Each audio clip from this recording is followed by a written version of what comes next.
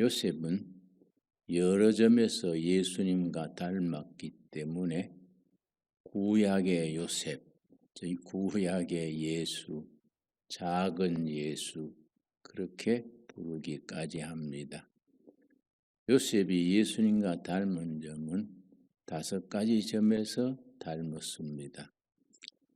요셉은 제자들의 형들에게 팔려서 애굽의 종살이로 팔려갔습니다. 예수님은 제자에게 팔려서 십자가를 지게 됐습니다. 요셉은 죄 없이 감옥에까지 들어갔습니다.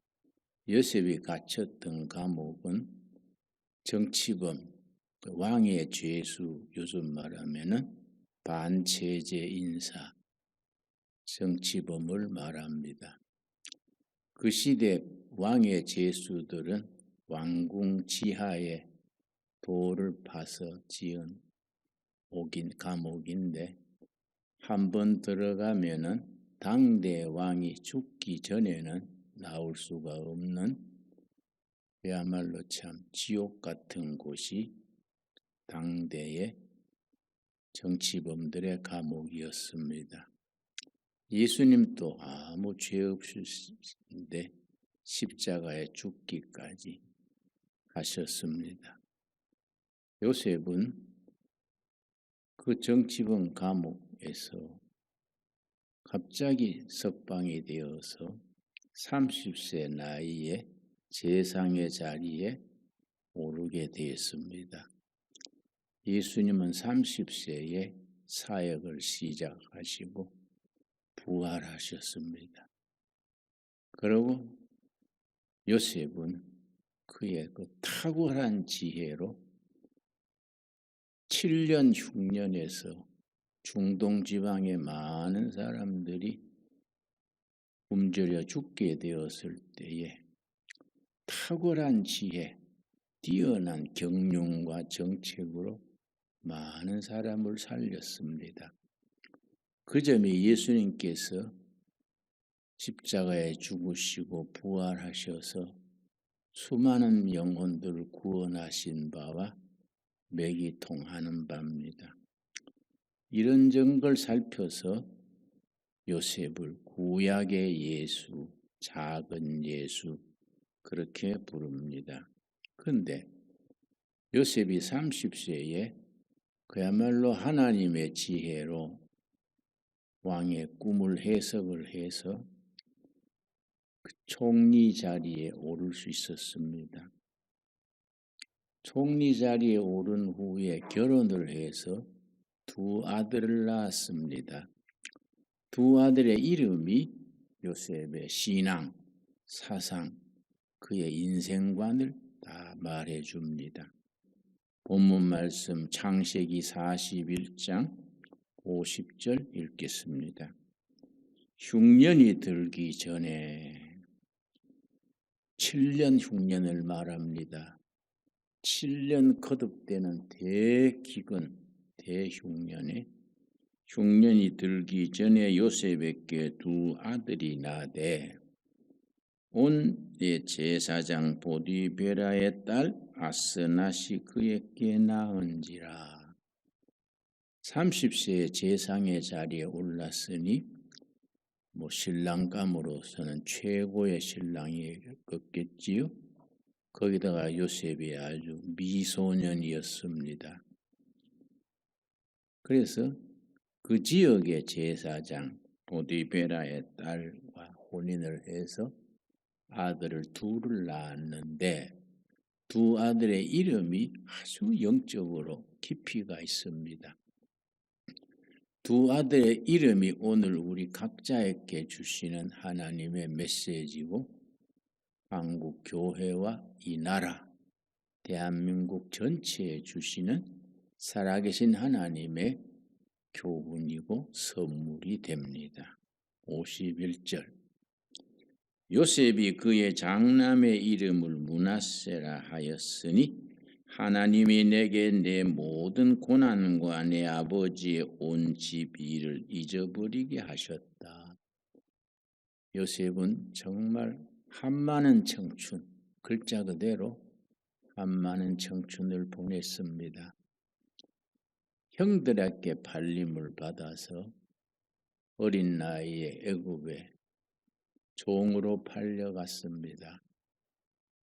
그 애굽의 경호실장격 되는 보디발의 집에 가서 얼마나 성실하게 일했는지 주인이 그에게 총무직까지 맡겼는데 때 아니게 모함에 걸려서 정치범으로 감옥에 갇혔습니다. 정말 얼마나 억울하고 얼마나 통분했겠습니까? 그런데 그 과거의 상처, 형들에게 발린 상처, 부모에게 떠나게 된 상처, 죄 없이 모함받고 감옥에까지 갇히게 된 그 아픔, 이걸 하나님께서 잊게 하셨다. 그 이름이 므낫세입니다. 므낫세. 딱 줄여서 표현하자면 과거 청산입니다. 정치학에서는 그렇게 말합니다. 과거에 매이는 국민, 그 민족은 미래가 닫힌다. 과거를 잊지 못하고 과거에 매이는 사람, 개인도 그렇습니다. 주로 정신질환, 우울증이라든지 신경쇠약이라든지 공황장애라든지 이런 병들이 과거에 매여서 상처받은 과거에서 헤어나지 못해서 생기는 정신적인 질환이 많습니다. 자기로서는 잊기 어려운 그 상처 아픔을 하나님이 잊어버리게 하셨다. 하나님이 과거를 청산하게 해주셨다. 그래서 아들 이름을 므낫세라고 지었습니다. 그러나 우리 삶에 있어서 과거 청산, 므낫세만으로는 부족합니다. 중요한 것은 미래지요. 52절입니다. 창세기 41장 52절 말씀. 차남의 이름을 에브라임이라 하였으니 하나님이 나를 내가 수고한 땅에서 번성하게 하셨다 함이었더라. 에브라임이란 말의 의미를 거기에 밝혔습니다. 미래는 창창한 희망 속에 번성을 이룬다. 줄여서 말하면 미래의 번성입니다. 그래서 큰아들의 이름을 므낫세, 지난날의 상처, 아픔, 한을 하나님이 다 잊게 하셨다. 므낫세. 둘째 아들의 이름을 에브라임, 미래는 쭉쭉 뻗어서 번성한 미래를 이룬다. 그래서 므낫세와 에브라임이란 두 아들 이름 속에 요셉의 신앙, 그의 사상, 그의 인생관이 들어 있습니다. 성경 말씀을 우리가 주의 깊게 읽어야 되는 것이 성경이 쭉 진행되면서 므낫세 에브라임이 시편쯤 가서는 에브라임 므낫세로 바뀝니다. 형이 먼저 나와야 될 텐데 동생이 먼저 에브라임이 나오고 므낫세가 나옵니다. 이 이스라엘 백성들의 또 성경적인 역사관이 그 속에 담겨 있습니다.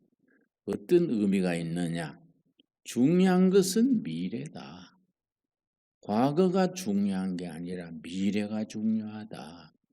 미래는 십자가 밑에 다 내려놓고 하나님의 은총 속에 다 흘러보내고 미래가 번성하는 미래를 이룬다. 그래서 이름이 에브라임 므낫세로 순서가 바뀌어서 나옵니다.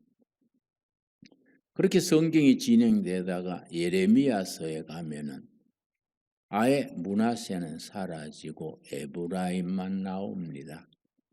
그게 단순한 것 같아도 그 과정 속에서 성경적인 역사 이해, 과거가 중요한 것이 아니라 미래가 중요하다. 그걸 일러줍니다. 예수님이 살아계시던 당시에 유대 땅에 세 가지 종류의 사람들이 같이 살았습니다.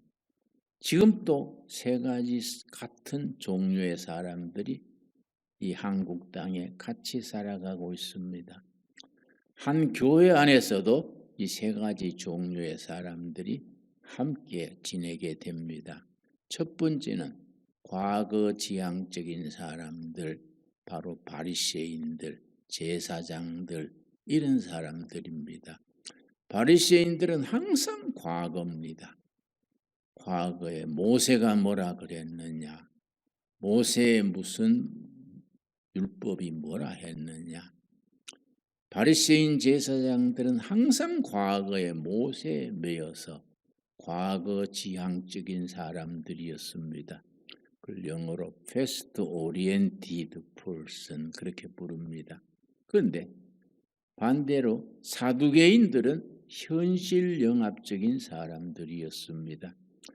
예수님 당시의 사두개인들은 로마 폭정 밑에 식민지 생활하면서 사두개인들은 현실지향적인 사람들이었기 때문에 로마 제국에 붙어서 거기에 줄 서서 이권 있는 자리, 좋은 자리는 사두개인들이 다 차지했습니다. 그래서 그들이 부를 누리고 일반인들 위에 군림했었습니다. 현실 타협적이고 현실 지향적인 이권에 밟고 아주 인생을 술수로 꾀로 살아가는 사람들이 사두개인들이었습니다. 반면에 미래를 바라보고 사는 사람들이 따로 있었습니다. 예수님의 제자들입니다. 예수님의 제자들은 저 갈릴리 지역의 후진 지역의 평범한 청년들이었습니다. 그들을 제자로 삼으셔서 예수님이 땅끝까지 복음을 전하라. 땅끝이란 말 자체가 미래입니다. 미래. 그걸 future oriented person 그렇게 부릅니다. 우리들 그때나 지금이나 우리들 그리스도의 사람들은 미래를 바라보고 지난날의 상처, 아픔, 한을 다 십자가 밑에 내려놓고 부활하신 주님과 더불어 미래를 향해서 희망을 품고 전진하는 신앙이 그게 성도들의 신앙이요. 그게 은혜 받은 사람들의 삶이 되어야 합니다. 미국의 지정학자 중에 조지 프리드만이라는 탁월한 학자가 있습니다. 지정학이라는 말은 지리학과 정치학을 합쳐서 지정학이라고 부릅니다. 요즘 새롭게 등장한 뜨는 학문이라 하겠지요. 미국의 세계적인 지정학자의 권위자 중에 조지 프리드만이 있습니다. 그 조지 프리드만이 쓴 유명한 책 중에 100년 후의 세계 그런 책이 있습니다. 우리말로도 번역이 되어 있습니다. 그 책에서 조지 프리드만 저자가 중국의 미래, 러시아의 미래, 일본의 미래, 한국의 미래, 미국의 미래에 대해서 학문적으로 예측을 한 글이 있습니다.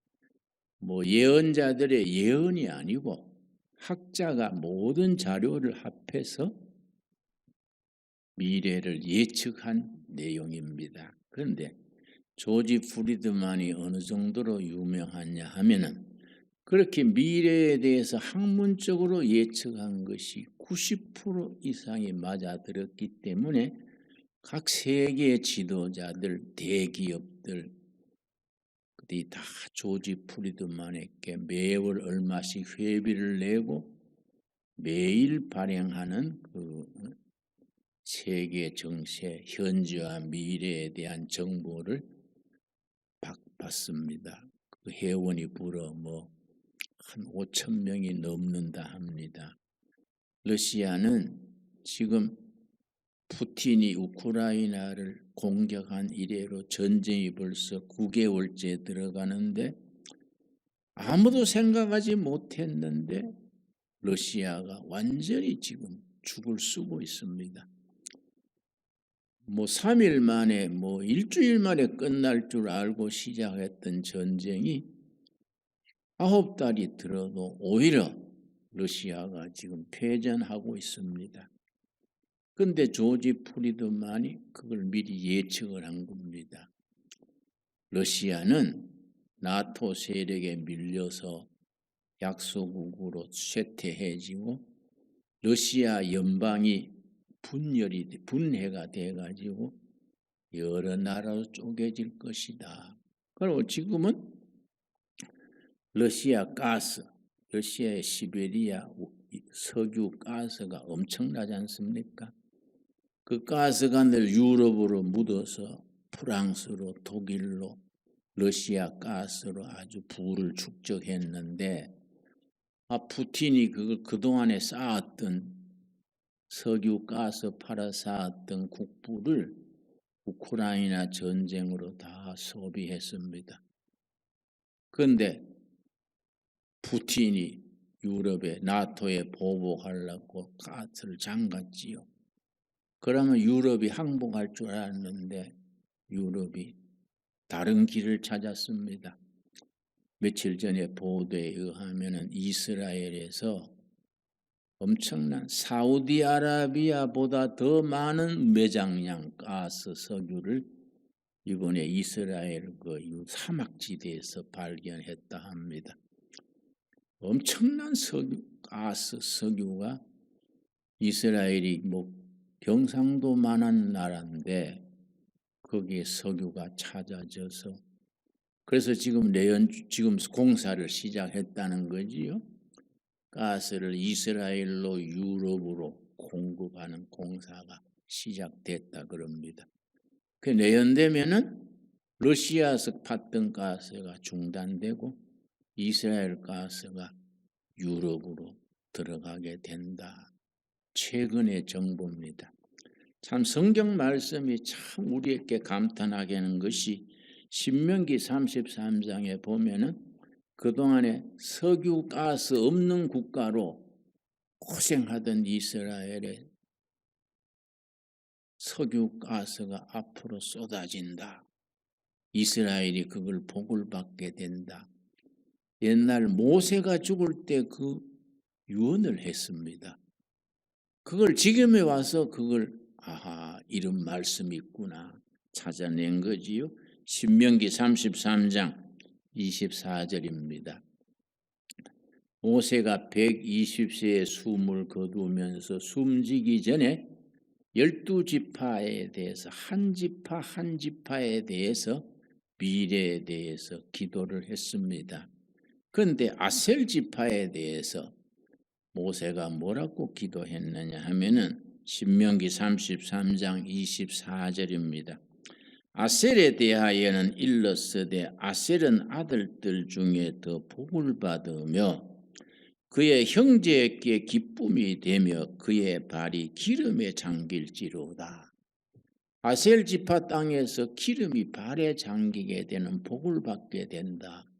그동안은 이스라엘 석유가 안 나니까 이게 오리브 기름은 게로다. 감람유 오리브 기름은 게로다 하고 아셀 지파 땅에 오리브 가수원을 많이 심었습니다.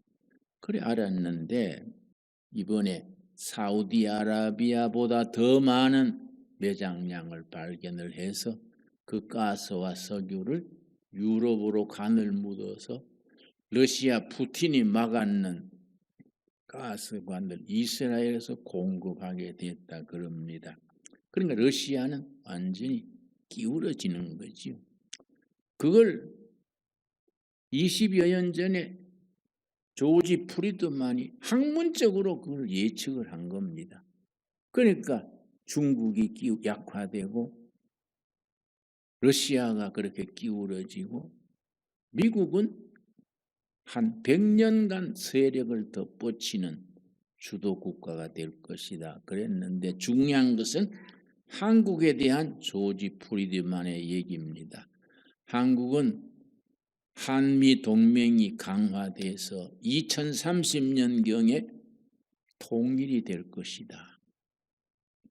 그러고 통일된 뒤에 한 10여 년간 국부를 쌓아서 2040년경에는 세계를 이끄는 4대 강국으로 진입하게 될 것이다. 그 프리드만의 책에 그런 글이 있습니다. 그 말이 우리가 성경적으로 비추어 말하자면은 요셉의 아들, 둘째 아들 에브라임이지요. 우리가 지나간 역사가 얼마나 한만한 역사입니까? 우리가 한이란 말 다른 나라에 없는 말입니다. 미국 선교사들이 한국 말을 미국어로 번역하면서 한이란 말에 해당되는 글자를 찾지 못해가지고 영어에 독일어에 일본어에는 한이란 말에 해당되는 단어가 없어요. 우리는 한많은 청춘, 한풀이, 한많은 인생, 우리 민족의 한의 민족입니다. 그걸 우리가 예수를 믿고 복음이 들어오면서 십자가 밑에 한을 다 내려놓고 그게 문화세죠. 문화세. 우리 이제 예수 잘 믿어 축복받는 나라 21세기에 2030년경까지 통일을 이루고 통일 이후에 2040년경 되면은 세계 우뚝 솟는 4대 강국으로 진입하게 될 것이다. 지금 사정이 그렇게 돼가고 있지요.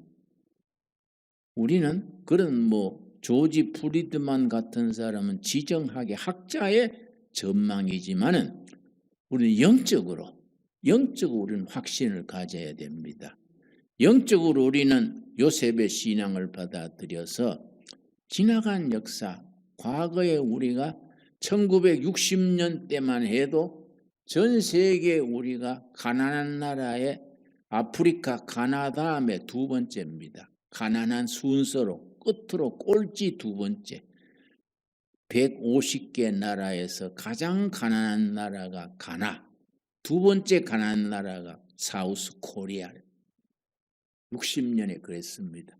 그때 북한은 우리보다가 3배 더 잘 살았습니다. 우리는 국민소득이 78달러. 그때 북한은 240달러를 했습니다. 그 상태로 갔으면 우리가 북한한테 맥혀겠지요. 3배나 더 잘 사니까. 근데 우리가 박정희 대통령 등장하고 국민들이 땀 흘려 이래가지고 지금은 우리도 미처 모르는 사이에 선진국으로 우리가 대접받게 됐습니다. 그야말로 문화세 세월이 지나가고 지금은 이제 선진국에 진입하고 있지요. 여기서 미래가 힘을 합쳐야 돼요. 국민들이 힘을 합쳐야 됩니다. 지도자들 중심으로 국민들이 힘을 합쳐서 국력을 한테 모아가지고 에브라임으로 뻗어나가야 되지요. 미래는 그렇게 밝은 역사의 세월이 오게 될 줄로 믿습니다. 거기에 중요한 것이 한국교회입니다. 한국 개신교는 세계에서 성공한 교회입니다. 2000년 세계 선교 사상에 한국 선교가 가장 모범적인 성공한 사례입니다. 그만큼 한국교회가 중요합니다. 그러니까 한국교회는 지금은 잠시 주춤해가지고 지금은 좀 부진한 상태에 있습니다. 우리가 분발해야지요. 지금 우리가 숨고르기다 생각을 하고 우리가 열심히 뜨겁게 기도하고 성령 체험하고 말씀으로 사는 생활, 성경적인 가치관을 몸에 익혀서 전 세계에 선교하는 국가로 그렇게 발돋움하는 미래가 열리게 될 줄로 믿습니다. 우리가 요셉의 두 아들 므낫세와 에브라임 속에 깃들인 교훈이 그런 깊이 있는 뜻이 담겨 있습니다. 우리 한국교회, 우리나라의 미래에 대해서도 같은 요셉의 신앙 고백과 그의 생각이 우리 한국교회, 우리 한국인들 개인, 한국 민족에 그대로 이루어지게 될 줄로 믿습니다. 이 프로그램은 여러분의 미디어 선교 후원으로 제작되었습니다. 선교는 사명, 후원은 동역. 당신도 복음을 전할 수 있습니다. 선교 후원 02-6333-1003번